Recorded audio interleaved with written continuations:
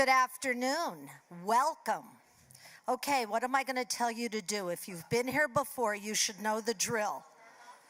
Turn off your cell phones. I'm going to count to 10 while you all look at your phone. Even though you know you turned it off already, please try again. While I'm waiting for you to turn off your phones, I hope you noticed your Writers Festival shopping bag on your chair. We like to be the gift that keeps on giving. We hope you enjoy them. When you go to Trader Joe's and somebody asks you, what is the Writers Festival, you be sure and tell them. We want to start today by thanking, as always, our founder, our North Star. We couldn't do the festival without the amazing Jamie Kabler.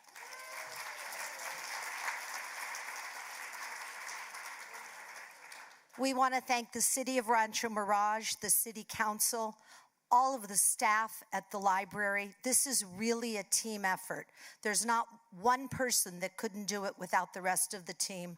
I'm very lucky to have such an incredible staff to work with, so thank you.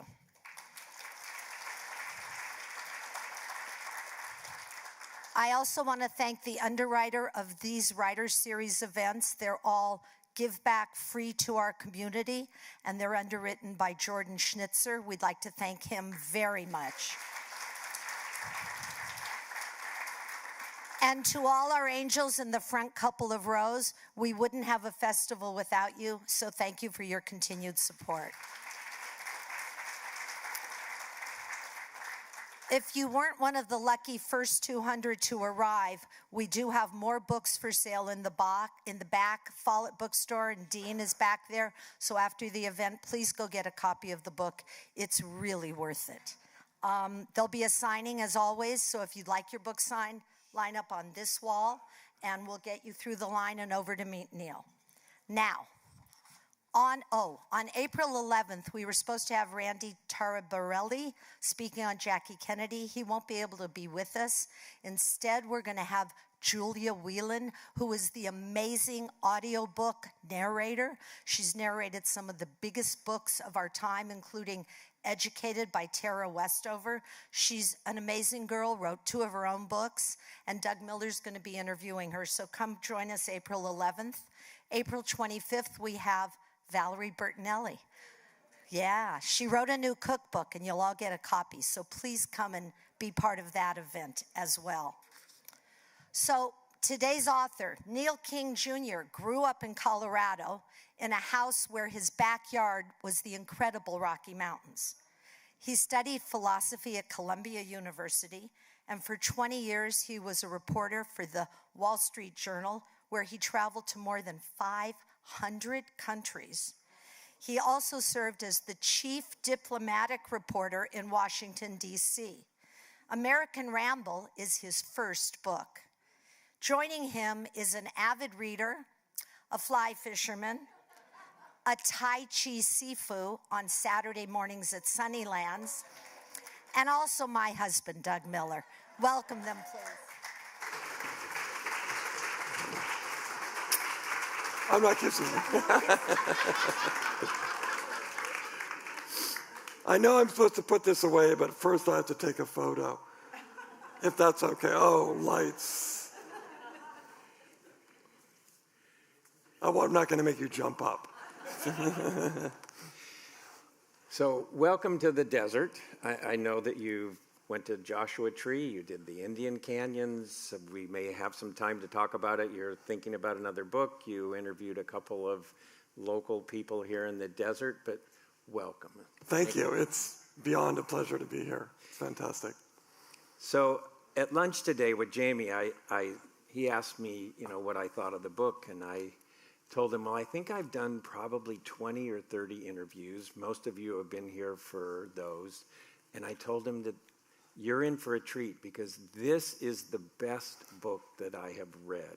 It is wonderful. It's about a journey, both physical. It's a history book in some sense, but it's not really a history book. It's serious, it's funny, it's emotional. There's some places in here where I laughed out loud and others where I cried. So you are really in for a treat. This is a wonderful, wonderful book. Wow. So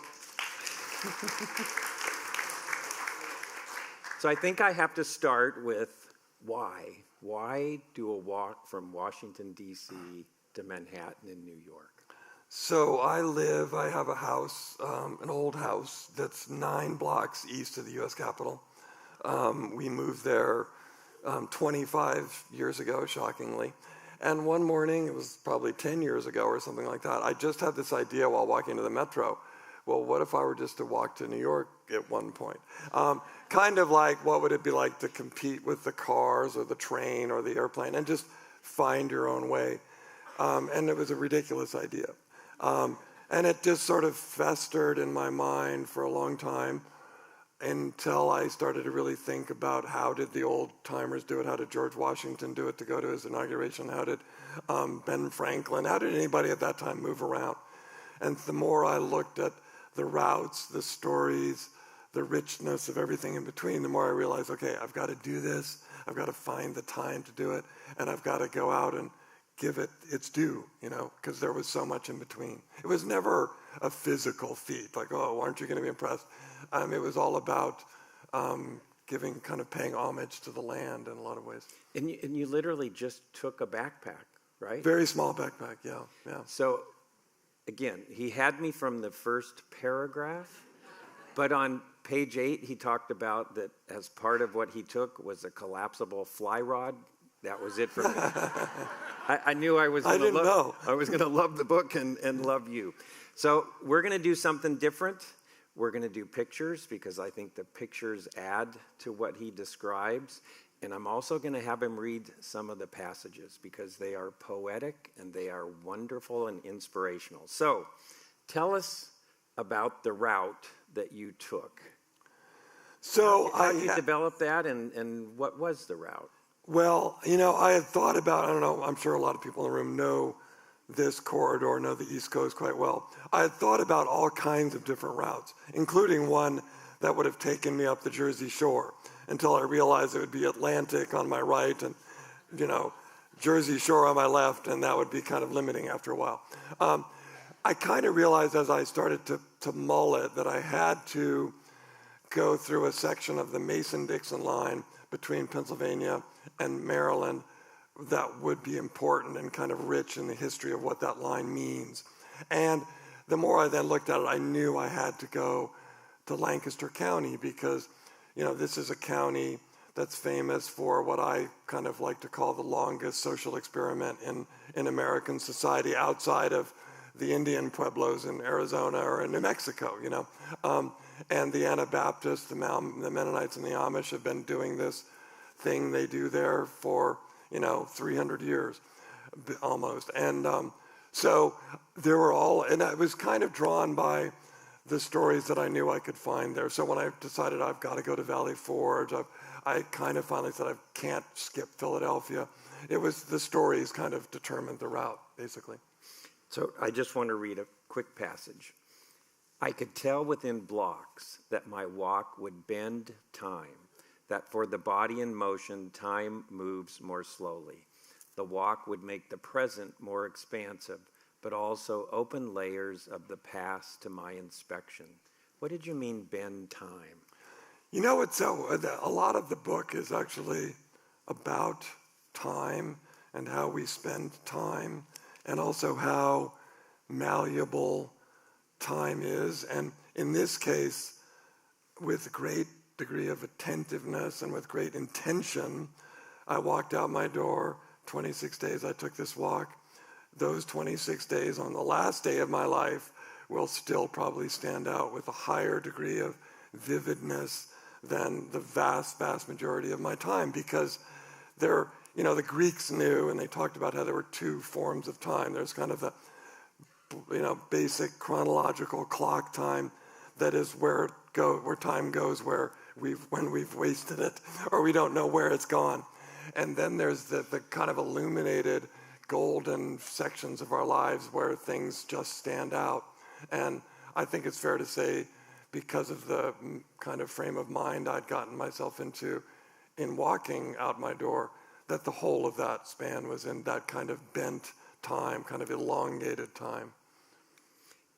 So you went first to the Lincoln Memorial. Why?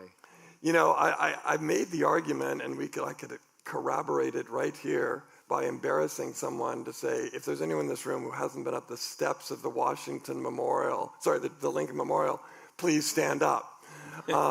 Maybe there is somebody who's shy, but I make the argument, not so much, I guess maybe I do in the book, that that's the place that we all as Americans have most in common, that basically all of us have been there. Maybe we've all been to Times Square or other places you could list, but and that is a sanctuary to not just a person, but to his words. And he was, by a long stretch, the greatest writer, president we'll ever have, I think it's fair to say.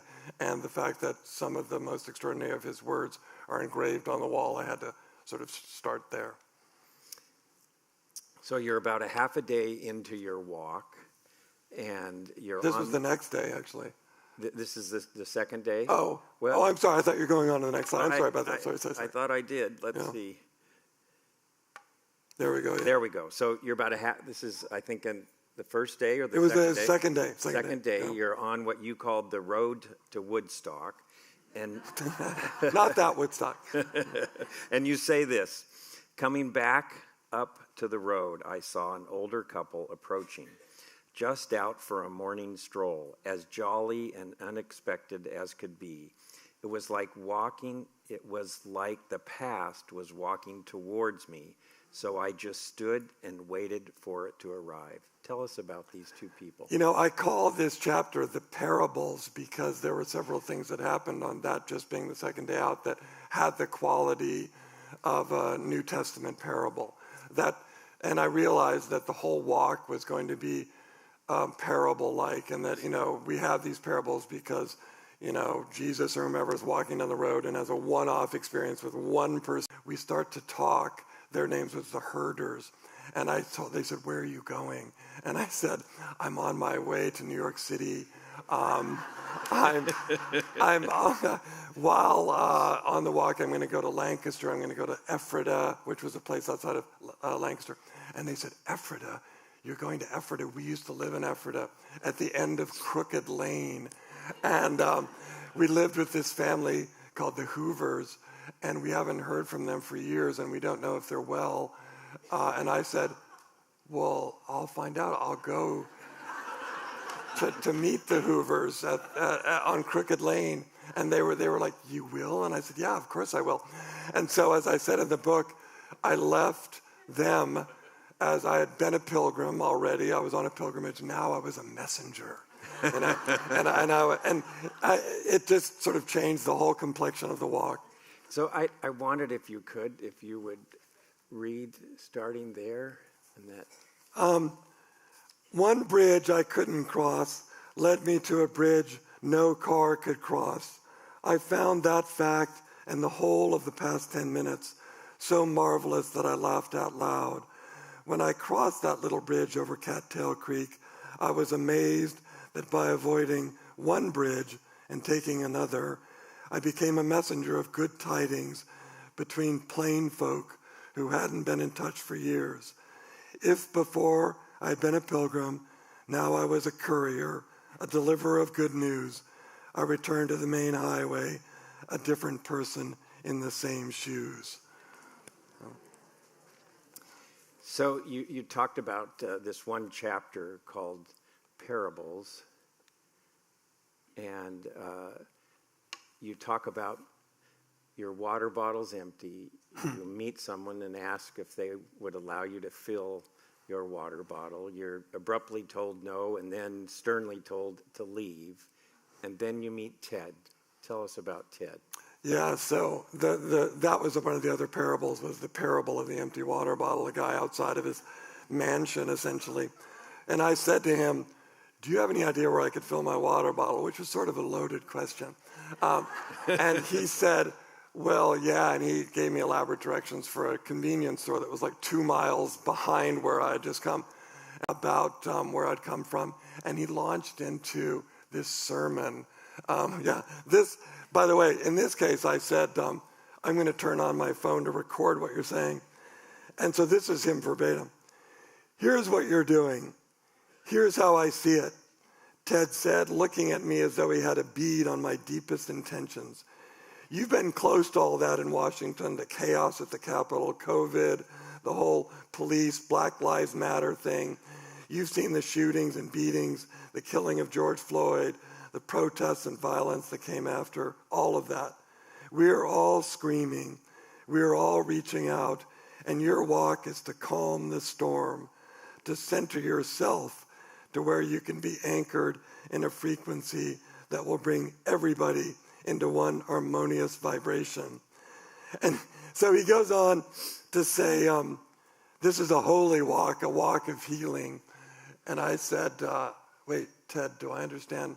You're saying that if I heal myself and get myself in tune, I'm going to get the whole country in tune?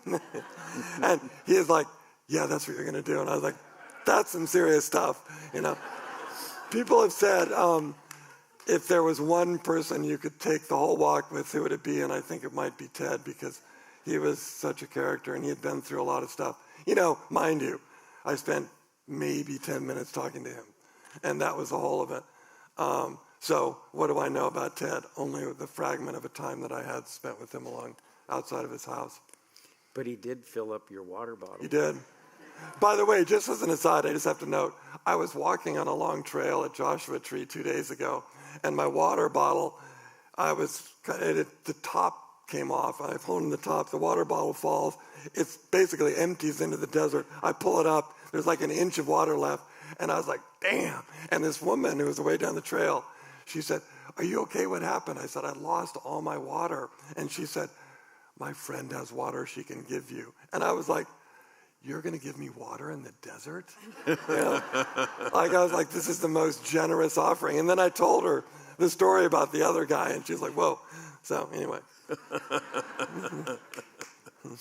So the next chapter that I want to talk is called Walking the Line.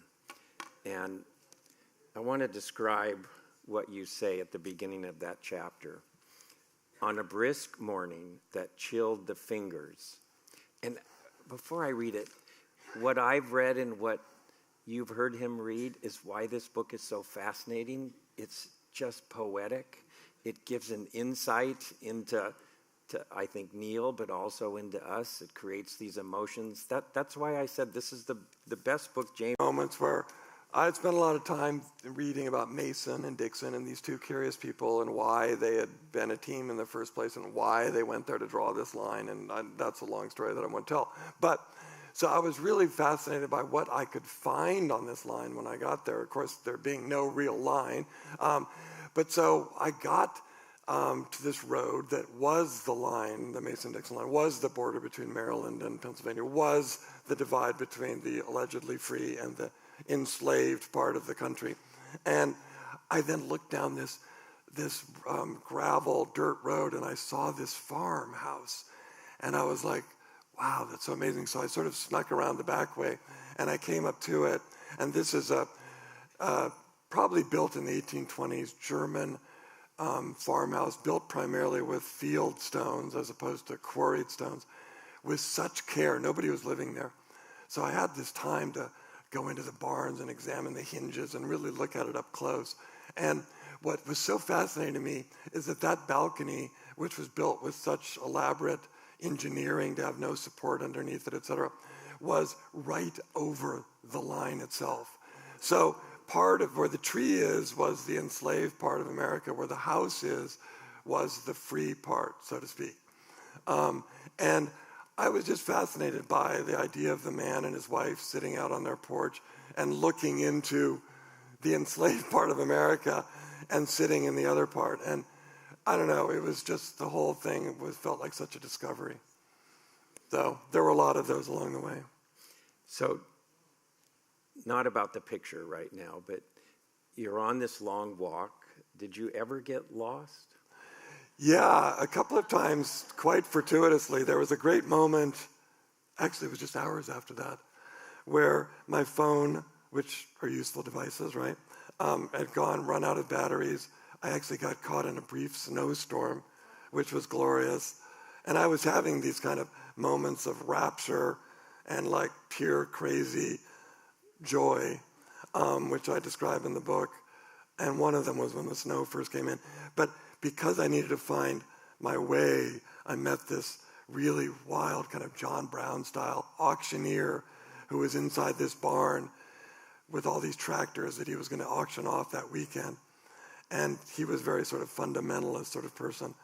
And I started talking to him, and he said God had taken his love away from America and all this kind of stuff. And it turned out to be a fantastic encounter with that guy, which, as I told him at the end, I said, you know why we met is because I was lost.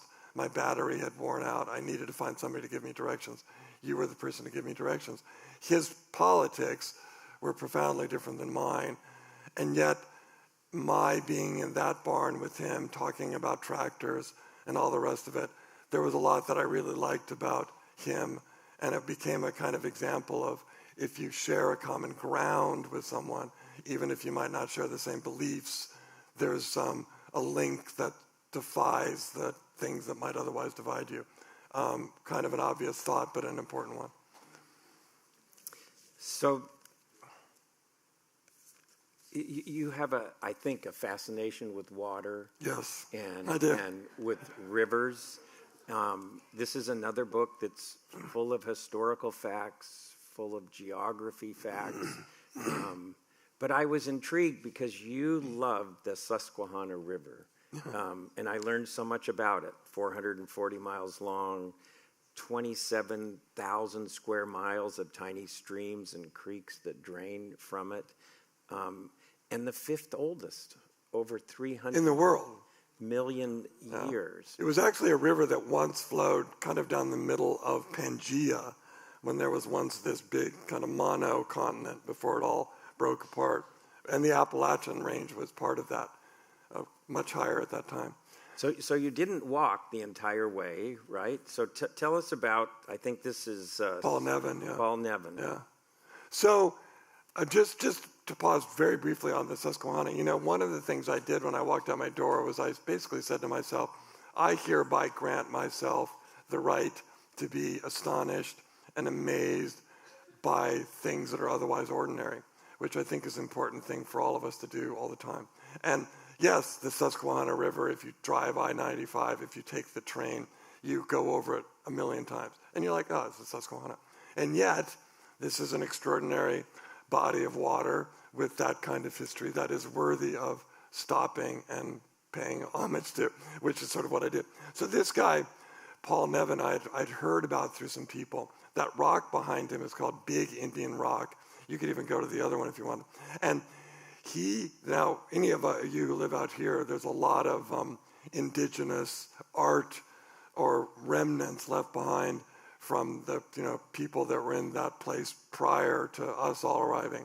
And in this case, quite remarkably, the petroglyphs on these rocks are one of the only versions of indigenous art you can find within hundreds and hundreds of miles around.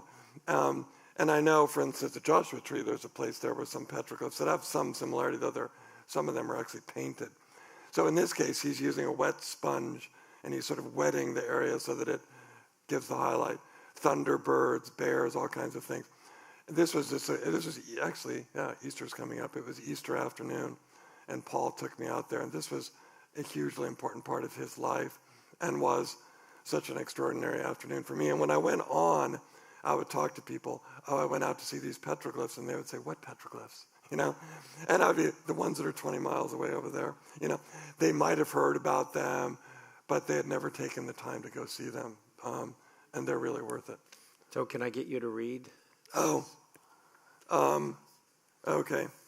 We stood and listened to the water gurgle as it rushed around the rock, heading to the bay and to the ocean. Our shadows splashed long across the stone. Just as there are hidden passageways in native mythology that give entry to the underworld, I had slipped through some magical door, the latched gate in front of my house, and found myself here at this sacred place, toes gripping the warm rock as many other toes had for thousands of years. I shut my eyes to feel the sun and give thanks for the whole of it. So In one of the videos I saw of you talking about the book, you said Lancaster County is one of the places if you were to go back to, you would go back there. So Yeah, absolutely. the book now kind of moves into Lancaster County, and we'll go to some pictures there. So why would that be so special to You know, what's really, there are these demarcation places in the American continent that are huge and gaping, kind of, you leap from one place to another. And when you go across the Susquehanna River from York County into Lancaster County, it's just a whole totally different way that the Mennonites and the Amish organized their land, built their farms. And it has a beauty about it that's just striking. And this bridge, which I just suddenly saw off to the side when I was crossing, I'm actually on a bridge myself, and I was like, wow, this looks like something that was in Italy, you know, built during the Renaissance or something, and with that grass going over it. And the bridge didn't actually take that little lane anywhere. It had multiple mysteries about it, but this was the very beginning of what became a magical day. Oh, this is a video. Well, no, we're just going to do the Okay, good. picture. Okay, good. So in that case, I went through a covered bridge, which is actually right near that bridge I just saw, and that was kind of through the looking glass, or sort of the back of the wardrobe entry into a truly magical territory that day represented.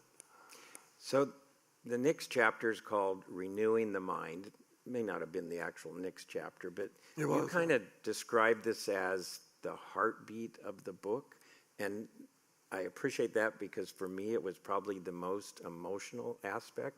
So, Stephen, if you could go to the next picture. Oh. And no, back up. There we go. Whoa. Another one. One more. Go one more picture back. There we go. So what I want you to do is read this passage and then talk about this picture. This is the start of this chapter. She was standing with her knees slightly bent in a patch of grass and sunlight behind a brick schoolhouse. She was focused on something in the distance and wore a long floral dress that extended to her ankles. She was in her early teens and had a white head covering over a bun of her hair curled neatly in back.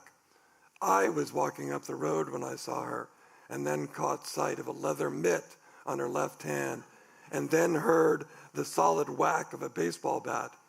The way she drifted back and so effortlessly fielded a hard-hit fly ball and hurled it back the other way, that and all the playing of this very aggressive game of softball.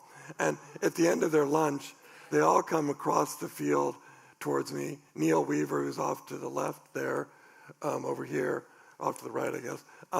The teacher, he says, what are you doing? What brought you here?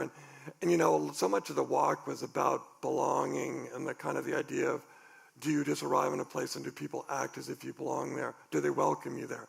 And Neil said, when I told him, he said, kids, gather around, let's hear what Mr. King has to say, which I thought was such an extraordinary thing. And so I started joking with them, and one of the young women who's pictured there, Laura Hoover, I will remember, she stepped forward and she said, Mr. Weaver, could we sing for Mr. King? And they invited me into their schoolhouse, into the basement, and they sang these two hymns that actually had been written by Neil's aunt, if I remember it right, that really, truly blew me away, and we have one clip of one of them.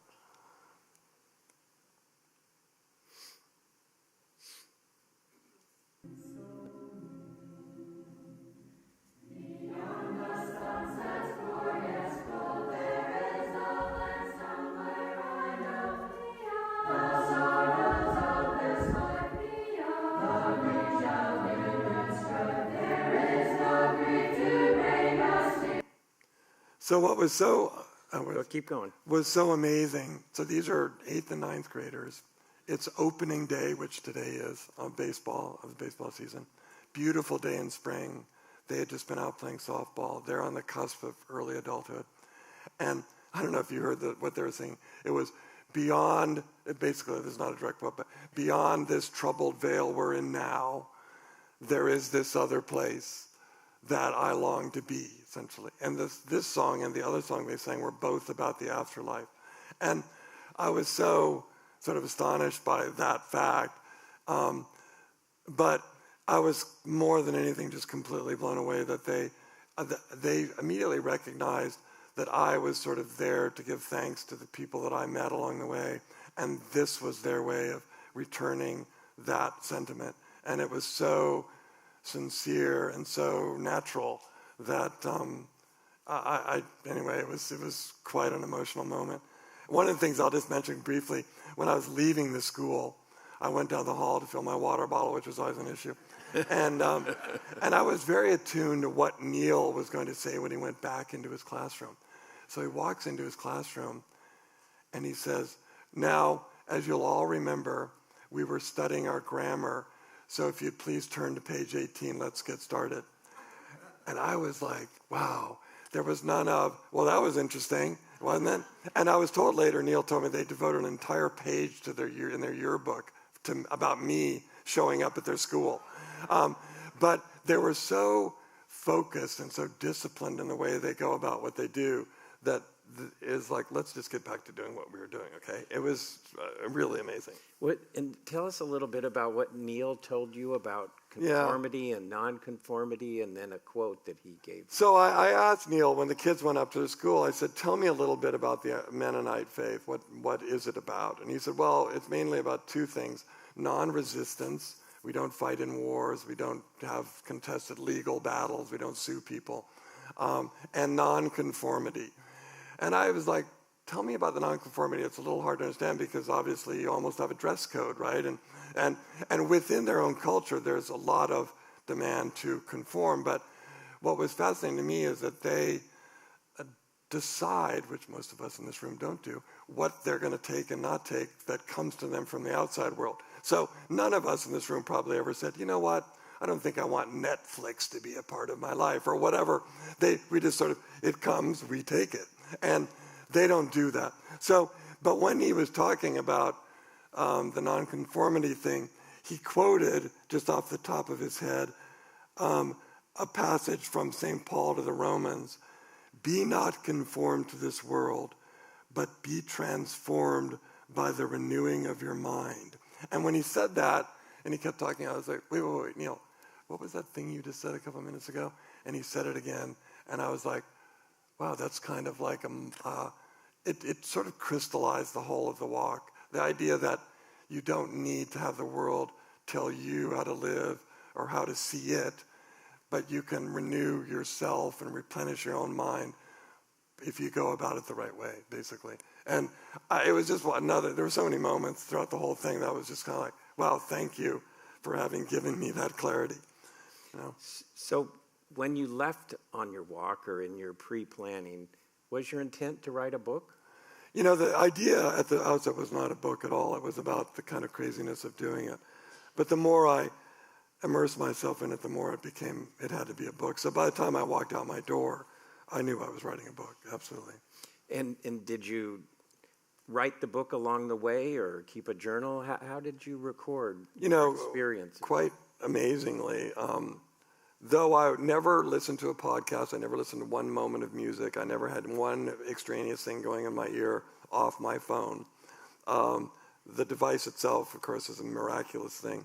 And I use the notes function on my iPhone to dictate my description of any of these encounters. So when I would walk along after that, instead of stopping to write it, I would write it verbally. And each of those, at the end of the day, I would then turn into a dispatch that I sent out to several hundred people that were friends and friends of friends. Every morning I do that. So it was like a kind of a log of the walk, and that became really the first draft of the book. And there's actually quite a few sentences or portions of the book that were written while walking, essentially, which I think is a little bit of the cadence of the thinking and the walking. And so I wanted it to have that feel. And you talk about in the book that during that journey, people started to recognize you. So how did they learn you were on this walk? You know, I was with somebody a couple of days before I left said, you should do a tweet thread. And I'd never really done a tweet thread. So I think, oddly enough, by the time I got to New York, there were 76 posters. Of 76 postings I'd done, which, 1776, Sarah, I was like, that's strange, it was 76. But that got a lot of attention. So, morning edition did a thing, and there was a lot of, it gathered attention. So I had a number of people along the way who stopped and said, "Wait, are you that guy who's walking to New York?" And I was like, So tell us about these next two. oh, this is a quick, when it gets there, funny. So going back to Crooked Lane, I found Crooked Lane. That was such a fantastic part. And so these are the Hoovers, Daryl and his dad. I forgot his dad's name right now. So what's so funny about this photo is I said, do you guys mind if I take a picture? And they said, oh, no, we don't do that. You can take a picture as long as you do it on the sneak, was how they said it. And so doing it on the sneak is they'll just stand there looking this way, and then you take a picture of me, but I'm not looking at you. But Daryl is like kind of looking at me and saying, this is kind of funny. But they're not selfie people. They're not into that kind of stuff at all. So you did get to go back, the herders who you talked in the very beginning, these were their friends, right? Yeah. And I did end up going back to the herders and telling them that they were fine. And I went back again and gave them the book and so on. So this was... Let me set this up. So in your preparation, you went to the Library of Congress and you looked at maps because they have a significant number of maps. You also came across some photographs. And one of those photographs was this house, the Fry House. Tell us about it. So this was fascinating because there was a photographer with the Farm Security Administration in the 40s under Roosevelt when they did a lot of these kind of WPA things, who was sent around Lancaster County to take photos of life there, rural life. So I came across these series of photos of this house. This is not one of his photos, that's my photo. Where he said at the time 7 generations of the Fry family had lived. And I was like, wow, I got to go figure out if the Fry family's still there and talk to them about, they're probably now in like the 10th generation. So I did. I tracked down the house, and I went to the grist mill right next door. I knocked on the door there, and Simon Fry, who is now representative of the 9th generation, if it goes over to him, was there. And it was in that chapter I talk about somewhere people and anywhere people. And it's probably fair to say that everyone in this room probably is an anywhere person. You weren't born in Rancho, Mirage, probably. You moved here from somewhere else. You've lived all over the world or all over the country, most of you. And Simon has lived in that same place his whole life. And so did his father, grandfather. So if I could get you to read that. Oh. Simon's forebear, Hans Martin Fry, came across with his mother and siblings aboard the 2 Sisters, which sailed up the Delaware and deposited them in Philadelphia. It was the 3rd ship to arrive among a fleet of 23 that brought so many Germans across the Atlantic that year. I asked what month that might have been, and Simon pulled out the bottom drawer of a desk and extracted a document, glanced at it, and said, "They arrived on September 9th, 1738. He had in his hand a copy of the ship's manifest." Yeah. So all these interesting people you met and all the trails you went through, did you feel like you belonged? Yeah, there was a great moment. I was late by about an hour getting to Simon's house. That morning I was walking down the road, and there was a sign that said horseshoeing. And there was like this sort of illustrated thing of a carved thing of a horse kind of cruising along. And then I heard ding, ding, ding up the drive, and there was a barn there. And I was like, wow, I got to go see what that's about. So I walked up the drive, walk into this barn, and this guy has a horse hoof in his lap, and he's hammering it. He looks over his shoulder, and his first words are, "Well, what do we have here?" which I thought was so funny. I'm like, well, I'm just this guy who's walking on to New York, seeing how things are going out here, and we just started talking, and he told me all about shoeing the horse, and the horse's owner with his buggy was sitting right there with his kid, and that's where I actually talk a little bit in that portion about the whole concept of belonging, and and I not fully acknowledging that not everybody walking in that barn is going to be received with well, what do we have here?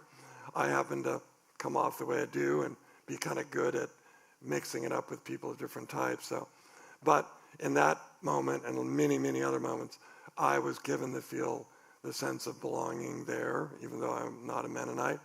And I think it was sort of a mutual thing that you can form these bonds as long as you have sort of the right approach, the right attitude about it.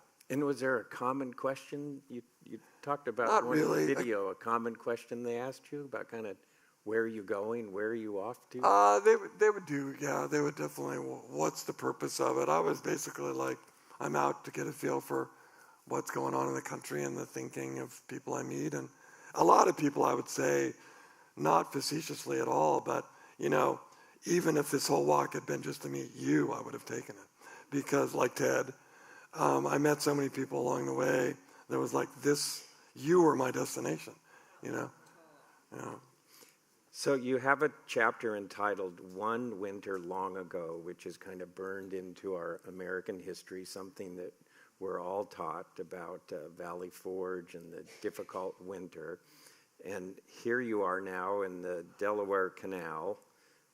Tell us about that. Actually, yeah, so there's the tight mixing up. So in this case, I'm walking to Washington's Crossing, which actually occurred the winter before the Valley Forge winter.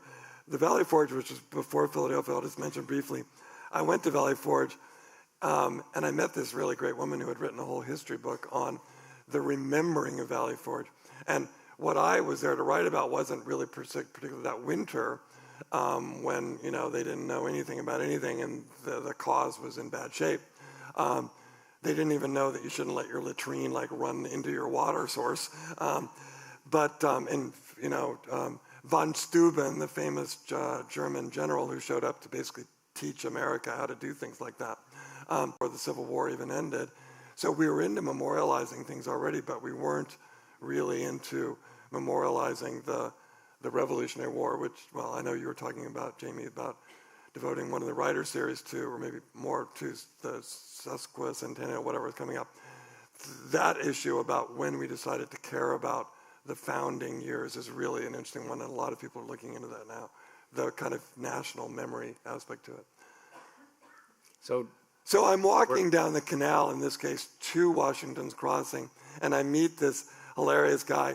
He was walking up the canal, and he's on his phone, and he says, oh, wait, I gotta go. And he puts his phone down. I said, are you that guy who's walking in New York? And I said, yeah, I am. He said, do you mind if I walk with you? I said, no, of course not. So we walk a ways, and he had grown up right near where Washington's Crossing of the Delaware happened. So every year they would do these reenactments. And so what was so hilarious about it was he became this channeler of the real experience. And he was, we all know the painting that came out in the 1870s or something like that of, Washington and 25 other people in a rowboat, which is not accurate, by the way. But so Travis, people don't realize, Travis said, how dicey the whole thing was, how it could have all gone up in smoke, possibly snuffing the American cause, how tenuous Washington's hold was over his own troops. I mean, these guys were standing in the bitter cold and saying, dang, this guy's going to make us cross this river on Christmas. My enlistment's up. I can literally go home in less than a week.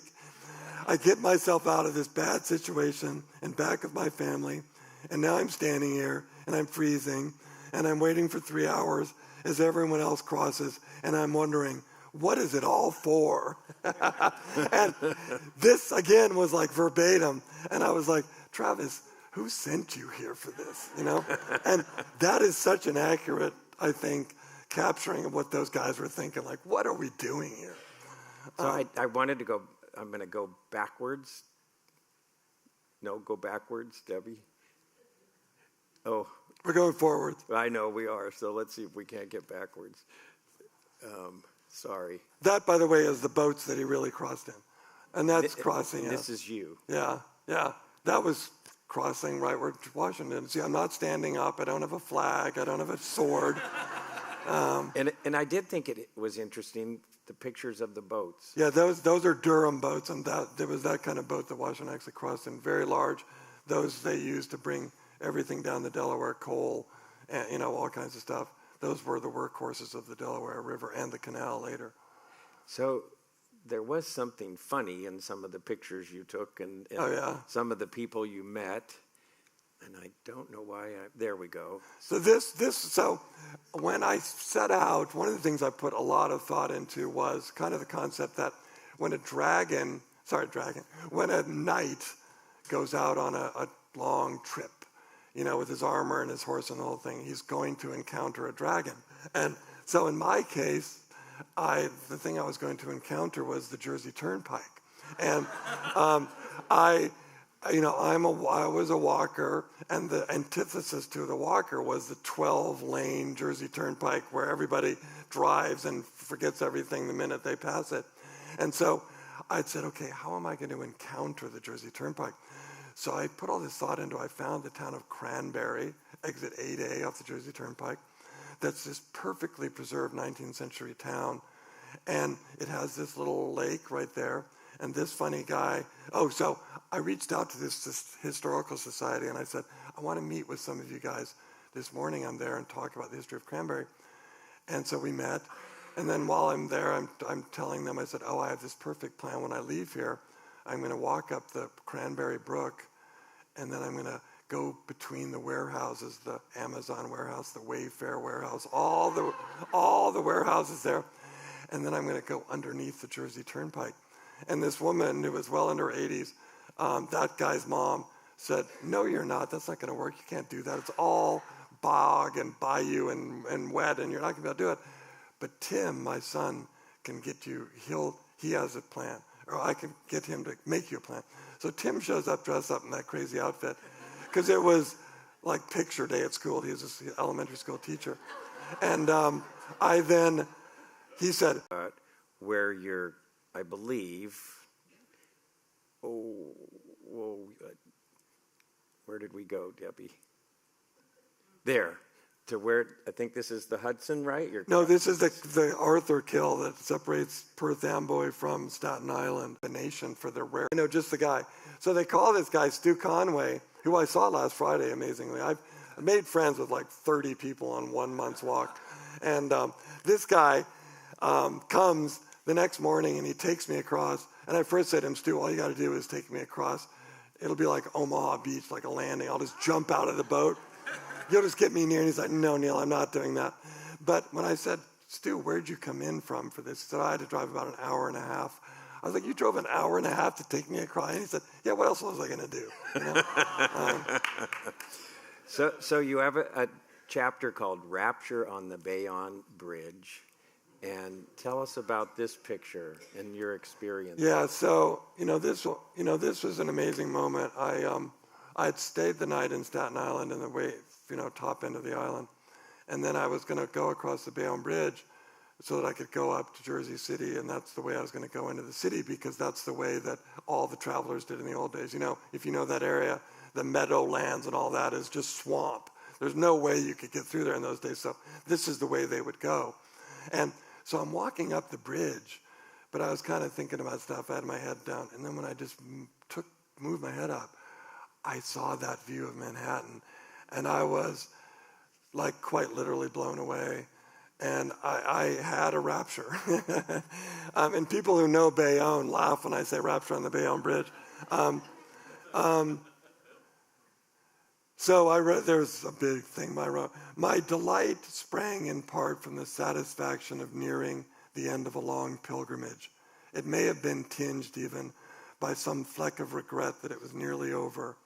I had seen for the first time laid out against the morning sky an outline of the place I'd been walking toward for 25 days, a skyline altered utterly by human hands with sheets of glass jutting to impossible heights from a sliver of metamorphic schist tucked between two rivers.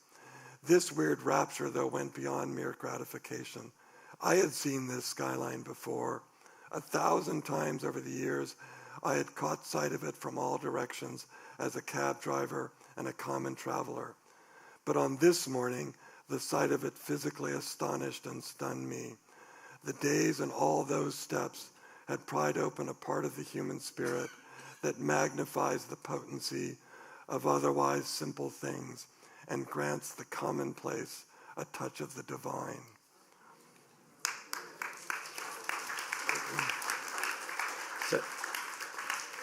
So I included this because you talk about playing chess in Washington Square and that you actually beat this guy. We're not so sure, but it's we the don't most have time to preposterous talk. part of the book, but I really did win. So we're at the end, and you plan to meet your friend Mark. So this longtime friend of mine, Martin Indyk, who was the ambassador under Bill Clinton to Israel and was a long time, and you'll see him quoted all the time now with all the stuff going on.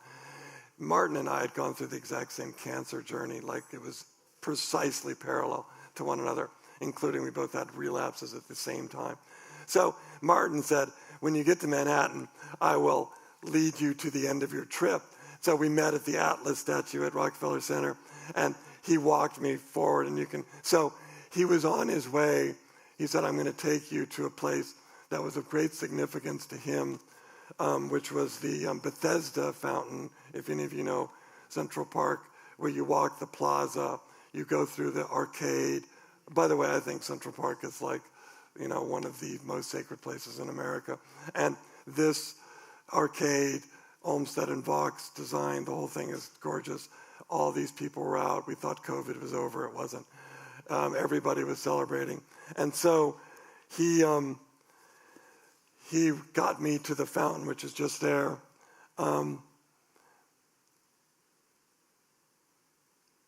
Throughout his ordeals, and still now as a treated one, Martin would come often to stand at that magnificent pool and bow his head to the angel of the waters. He came on the worst of days.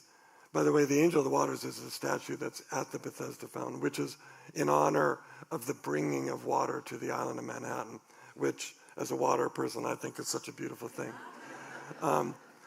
He came on the worst of days when he feared he might not make it, and on a spring day like this, when new life burst out all around us. As we stood there, Martin repeated the prayer he recites every time he visits, a common prayer from the Talmud called the Shenehanahu. Somebody else here is going to be able to say it better than me. He said it first in Hebrew and then in his preferred version in English. Thank you, God, for giving me life, for sustaining me, and for making it possible that I might arrive at this time. And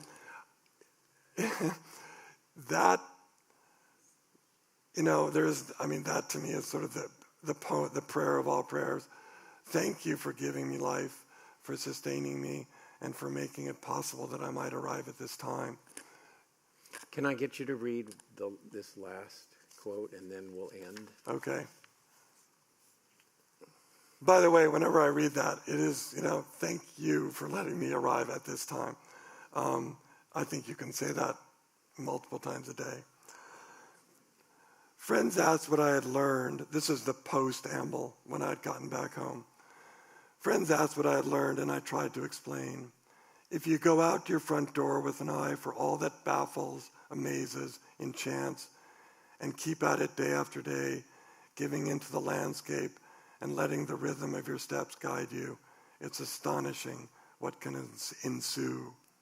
Within days, you understand why the holy books have whole sections built around the stories, the one-off encounters of men and women out walking. Very particular things, a sermon by a man out getting his trash can, the hand-forged hinges on an old barn, how the maples flower, then leaf, acquire very particular meanings. They tell stories that weave together into a riddle that is long and flowing and difficult to explain, should you feel the compulsion to explain. You bring meaning with you when you go out looking for meaning, and the more of it you bring, the more you get in return. Thank you very much, Neil. Thank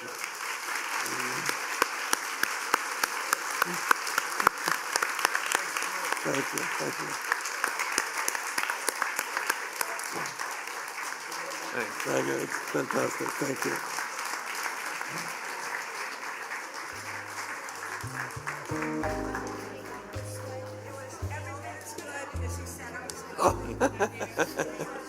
Thank you. Thanks.